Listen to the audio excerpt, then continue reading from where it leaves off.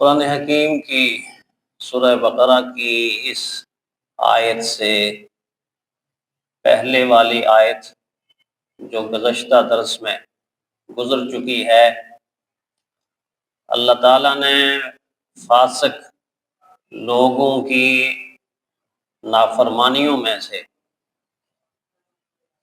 کچھ ایسی نافرمانیاں اور گناہ بیان کیے ہیں کہ جن گناہوں کی بنیاد پر انسان بعض مرتبہ ہدایت کے نور سے محروم ہو کر کفر کے اندھیروں کی طرف چلا جاتا ہے، اور یہ بہت بڑا نقصان ہے، بہت زیادہ نقصان ہے کہ انسان روشنی سے اندھیرے کی طرف جائے۔ اللہ کی چاہت یہ ہے کہ انسان اندھیرے سے روشنی کی طرف آئے، کفر سے ہدایت کی طرف آئے، نافرمانی سے فرما برداری کی طرف آئے، گناہ کو چھوڑ کر نیکی کی طرف آ جائے اور شیطان کو چھوڑ کر رحمان کی طرف آئے۔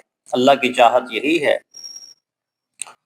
اسی لیے اللہ تعالیٰ نے نشاندہی فرمائی کہ ایسے لوگ جو نہ اللہ کے وعدے کی پاسداری کرتے ہیں نہ اللہ کے مخلوق کے وعدے کی پاسداری کرتے ہیں، اور اللہ کے وعدے کو توڑتے ہیں، مخلوق کے ساتھ بھی وعدہ کرتے ہیں تو اس کو توڑتے ہیں۔ اللہ نے انسانوں کو انسانوں سے ملانے کا حکم فرمایا، صلہ رحمی کا حکم فرمایا، مقطع رحمی کرتے ہیں۔ اللہ نے اس دھرتی کے اوپر امن قائم کرنے کا حکم فرمایا، امن کو پسند فرمایا، امن کو ایک بہت بڑا انعام، نیکی اور نعمت قرار دیا۔ اور یہ لوگ وہ ہیں کہ جو اللہ کی اس دھرتی کے اوپر فساد کرتے ہیں، تو جو وعدوں کو توڑتے ہیں، خاندانوں کے درمیان قطع رحمی پیدا کرتے ہیں، زمین پر فساد مچاتے ہیں، فرمایا اولئک هم الخاسرون، بہت نقصان والے لوگ ہیں یہ، بہت نقصان والے لوگ۔ اس بات کے ذکر کے بعد اس آیت میں دو طرح کا مضمون ہے، بہت مختصر آیت ہے، انتہائی جامع آیت ہے۔ ایک مضمون تو یہ ہے کہ اللہ کی بات کا انکار کرنے والے لوگ اور اللہ کی ذات کا انکار کرنے والے لوگ، اللہ کے دین کا اور اللہ کی شریعت کا انکار کرنے والے لوگ، اللہ کے انبیاء کا اور آخرت کا انکار کرنے والے لوگ، ان کے دل و دماغ کو دعوت کے انداز میں اور علمی انداز میں اور بہت ہی سادہ انداز میں جھنجھوڑ کر ان کو جگانے کی کوشش کی کہ تھوڑا سا سوچو، تھوڑا سا غور کرو، تم بات پہ غور کیوں نہیں کرتے، توجہ کیوں نہیں کرتے، سوچتے کیوں نہیں، اور بغیر سوچے سمجھے تم اللہ کی ذات کا انکار کر دیتے ہو کہ خدا پتہ نہیں ہے کہ نہیں ہے، ہمیں تو نہیں لگتا کہ خدا ہے۔ فی زمانہ جو الحاد کا ایک سیلاب ہے اور کثرت کے ساتھ لوگ خدا کے وجود کے انکار کی طرف بڑھ رہے ہیں، پڑھے لکھے لوگ، اور جن کو بظاہر ہم سمجھدار لوگ سمجھتے ہیں، وہ لوگ اس رو میں بہ رہے ہیں۔ ان کے لیے یہ آیت بہت اہم آیت ہے کہ وہ اس آیت پر توجہ دیں، اس آیت کو کھول کر پڑھیں، کچھ دیر تنہا بیٹھ کے سوچیں کہ اللہ جل شانہ نے کیا انداز اختیار کیا، کیف تکفرون باللہ،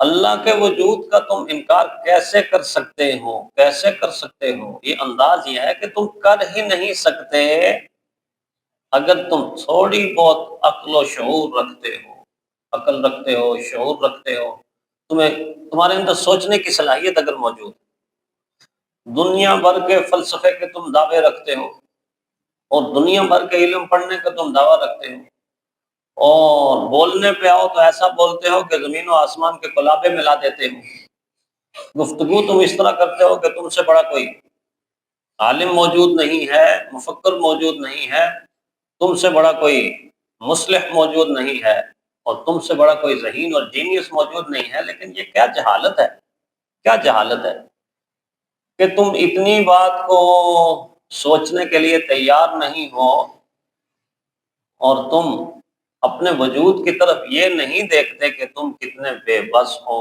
تم کتنے بے بس ہو، تم کتنے لاچار ہو، تم کتنے مجبور ہو، اور تم کتنے کمزور ہو۔ اتنا کمزور ہونے کے باوجود، بے بس ہونے کے باوجود، لاچار ہونے کے باوجود دعوے تمہارے ایسے ہیں کہ تم مختار کل ہو، سارا جہان تمہاری مٹھی کے اندر بند ہے، اور گفتگو کا انداز یہ ہے کہ تم سے بڑا علم رکھنے والا کوئی نہیں۔ لیکن جہالت کی انتہا یہ ہے کہ بہت ہی سادہ اور آسان بات سمجھنے سے قاصر ہو، بہت ہی سادہ اور آسان بات سمجھنے سے قاصر ہو۔ اللہ فرماتے ہیں آؤ میں تمہیں سمجھاؤں تمہاری حقیقت کیا ہے، تم ہو کیا، تم تھے کیا، تم کیا ہو جاؤ گے، اس پر تو سوچو کہ تم تھے کیا، اب کیا ہو، اور آنے والے وقت میں کیا ہو جاؤ گے۔ کیا پیارا انداز ہے اس آیت میں۔ فرمایا تمہاری حقیقت اور تمہاری اوقات تو یہ ہے کہ تم پر ایک زمانہ ایسا گزرا ہے کہ زندگی کی کوئی رمق بھی تم میں موجود نہیں تھی، زندگی کی کوئی رمق بھی تم میں موجود نہیں تھی، حیاتی کا کوئی جز بھی تمہارے اندر موجود نہیں تھا، تم کلی طور پر مردہ تھے، بے جان تھے۔ بے جان کیا تھے؟ بے جان بھی تھے، بے خبر بھی تھے، بے خبر بھی تھے، اور بے جان بھی تھے، بے خبر بھی تھے، مردہ بھی تھے۔ تم تو قابل ذکر چیز ہی کوئی نہیں تھے، قابل ذکر چیز ہی کوئی نہیں تھے۔ هل اتى على الانسان حين من الدهر لم يكن شيئا مذکورا، سورہ دہر میں پہلی آیت میں فرمایا انسان پر ایک ایسا زمانہ گزر چکا ہے، ایسا زمانہ گزر چکا ہے کہ وہ قابل ذکر کوئی چیز ہی نہیں تھا، اس کا ذکر ہی کوئی نہیں کرتا تھا۔ حتیٰ کہ ابو وجود میں آ گئے، امی وجود کے اندر آ گئی، دادی موجود ہے، دادا موجود ہے، نانی موجود ہے، نانا موجود ہے، سارے کے سارے موجود ہیں، لیکن موجود ہونے کے باوجود وہ بھی تمہارا ذکر نہیں کرتے تھے، اس لیے کہ دوستوں کو تو تم تھے ہی نہیں۔ ذکر کب شروع ہوتا ہے؟ ذکر اس وقت شروع ہوتا ہے کہ جب بطن مادر سے آ کر انسان آنکھ کھولتا ہے تو چیخ مارتا ہے، اپنے زندہ ہونے کا ثبوت دیتا ہے، تو پھر لوگ کیا کہتے ہیں؟ فلاں کے گھر میں بچی پیدا ہو گئی، فلاں کے گھر میں بچہ پیدا ہو گیا، تو تمہارا ذکر بھی ہوا تو بچے اور بچی کے الفاظ سے ہوا، اور کتنے عرصے بعد ہوا؟ آدم سے لے کے تم تک تو لاکھوں سال کا زمانہ، لاکھوں سال کا زمانہ ایسا تم پہ گزر چکا ہے کہ اس زمانے کے اندر ایک لمحہ بھی تمہارا ذکر نہیں ہوا۔ نہ نوح علیہ السلام کے زمانے میں میرا اور آپ کا ذکر، نہ ابراہیم علیہ السلام کے زمانے میں، نہ آدم علیہ السلام سے لے کے عیسیٰ علیہ السلام کے زمانے تک، نہ عیسیٰ علیہ السلام کے زمانے سے لے کے حضور کے زمانے تک، نہ حضور کے زمانے سے لے کر آج تک پیدا ہونے تک ہمارا ذکر نہیں تھا۔ اسی طرح جتنے لوگ گزر گئے کوئی ذکر نہیں، قابل ذکر چیز ہی نہیں تھے تم۔ اپنی اوقات کو پہچانو، اپنی اوقات کو پہچانو کہ تم پر ایک موت زندگی سے پہلے ہی گزر چکی، ایک موت زندگی سے پہلے ہی گزر چکی، تم بھول گئے ہو اس موت کو، بھول گئے ہو اس موت کو۔ تم بول سکتے ہو، اللہ کہتے ہیں میں تو بول نہیں سکتا نا، اس لیے الذی خلق الموت والحیات، موت اور حیات دونوں میری مخلوق ہے، میں نے ان کو پیدا کیا ہوا ہے، تو میں کیسے بول سکتا ہوں؟ میں نہیں بولا، مجھے پتا ہے کہ تم زندہ ہونے سے پہلے ایک مرحلے سے گزرے ہو، ایک طویل زمانے سے گزرے ہو۔ اس زمانے میں تم موت کے عالم میں تھے اور زندگی کو جانتے نہ تھے، زندگی کو پہچانتے نہ تھے، زندگی سے شناسائی نہیں تھی، پتہ ہی نہیں تھا کہ تم زندہ کب جا کے ہوگے۔ تم کتنے بھولے بالے ہو، کتنے سادے ہو، کتنے نادان ہو، کتنے بے علم ہو کہ جو اتنے سے چھوٹے سے فلسفے، زندگی اور موت کے فلسفے کو نہ جان سکو، تم خالق کو جاننے کی باتیں کر رہے ہو۔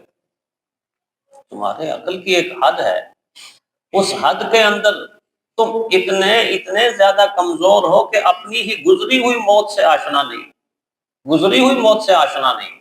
عالم ارواح کے اندر تمہاری روح چلتی رہی، اللہ جہاں مرضی ہے چلاتا رہا، ہواؤں میں، فضاؤں میں، خلاؤں میں، زمینوں میں، زمانوں میں، پھر کرتے کرتے کرتے مادیت کی طرف اللہ تعالیٰ نے منتقل کیا۔ رزق کے اندر، اناج کے اندر، ذرات کے اندر، انسان کے وجود کے ذرات منتشرہ اکٹھے ہوتے ہوتے ہوتے ہوتے یوں خلاصہ بن کے باپ کی صلب سے ماں کے رحم کے اندر منتقل کیا اللہ نے. کتنا بڑا سفر طے کیا ہے انسان نے آدم علیہ السلام سے لے کر، کرتے کرتے کرتے اپنے باپ اور ماں کے بطن سے لے کر اب اس سفر کے مرحلے میں داخل ہوئے ہو اور تمہیں کچھ شعور ملا ہے، تمہیں کچھ دیکھنے کا جہان ملا ہے. تو جہان کو دیکھتے ہوئے جہان والے کو نہیں پہچان رہے، دنیا کو دیکھتے ہوئے خالق کے دنیا کو نہیں پہچان رہے.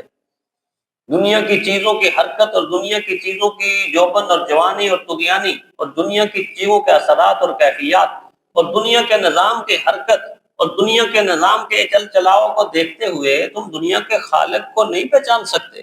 اس جہان رنگ بو کا پاسباں کوئی تو ہے. اندر کی آواز نہیں اٹھتی ہے، دل کی آواز نہیں اٹھتی. تم سوچو تو صحیح، دل اندر سے کہتا ہے اس جہان رنگ بو کا پاسباں کوئی تو ہے، اس چمنزار ہنسی کا باغباں کوئی تو ہے، اس چمنزار ہنسی کا باغباں کوئی تو ہے. خود بخود کہتے ہیں ایک پتا بھی ہل سکتا نہیں، پھر زمین و آسماں کا حکمراں کوئی تو ہے، پھر زمین و آسماں کا حکمراں کوئی تو ہے. ابن آدم آج تک اس راز سے کیوں بے خبر، آخر اس کی زندگی کا رازداں کوئی تو ہے، آخر اس کی زندگی کا رازداں کوئی تو ہے. تو کیوں نہیں سوچتے؟ کئی فتق فرون ملا، بڑا عجیب جملہ ہے. جملے کو بار بار دیکھیں، اللہ کے انداز بیان کو بار بار سوچیں. کیسے تم کفر کر سکتے ہو اللہ کی ذات کا، کیسے تم انکار کر سکتے ہو اللہ کی ذات کا، کس طرح تم راہ فرار اختیار کر سکتے ہو اللہ کی ذات کے انکار کی وجہ سے. وَكُنْتُمْ أَمْوَاتًا، تم مردہ تھے، تم بے جان تھے. ہم نے تمہاری ماؤں کی بطن سے تمہیں ایسے نکالا، ایسے پیدا کیا دنیا کے اندر کہ ماں کی جھولی میں تو آ گئے ہو، اس کی آنکھوں کے سامنے آ گئے ہو، اس کی گودی میں تم رو بھی رہے ہو، لیکن حالت تمہاری یہ ہے کچھ بھی تو تم نہیں جانتے. کوئی تمہیں پتا نہیں ہے کہ جس نے گودی میں اٹھایا ہو میری اماں ہے، میری ماما ہے، میری امی جی ہے، مجھ سے زیادہ پیار کرنے والی، محبت کرنے والی ہے. سارے جہان کی محبتیں اس کی ایک ممتا کے اندر سمو کر اللہ نے رکھ دی ہیں. وہ میری ماں مجھے جھولی میں اٹھا کے لوری دے رہی ہے، پیار کر رہی ہے، آنکھیں ٹھنڈی کر رہی ہے، دل ٹھنڈا کر رہی ہے. تمہیں تو یہ بھی پتا نہیں کہ یہ میری ماں ہے اور وہ میرا ابا ہے. قریب کے رشتے تو یہی ہو گئے. کچھ بھی نہیں جانتے، تم کچھ بھی نہیں جانتے. جب تم پیدا ہوئے بطن مادر سے پیدا ہوئے ہو، نہ رشتوں کو پہچانتے ہو، ماں کا رشتہ نہیں پہچانتے، باپ کا رشتہ نہیں پہچانتے. تم سے پہلے 2 بہنیں آ چکی ہیں، ایک بھائی آ چکا ہے، تم ان کو بھی نہیں جانتے کہ میری باجی یہ ہے اور میرا بھائی جان یہ. بات میں جب تھوڑے سے بڑے ہو جاؤ گے تو ماما بتائے گی یہ باجی ہے، یہ بھائی جان.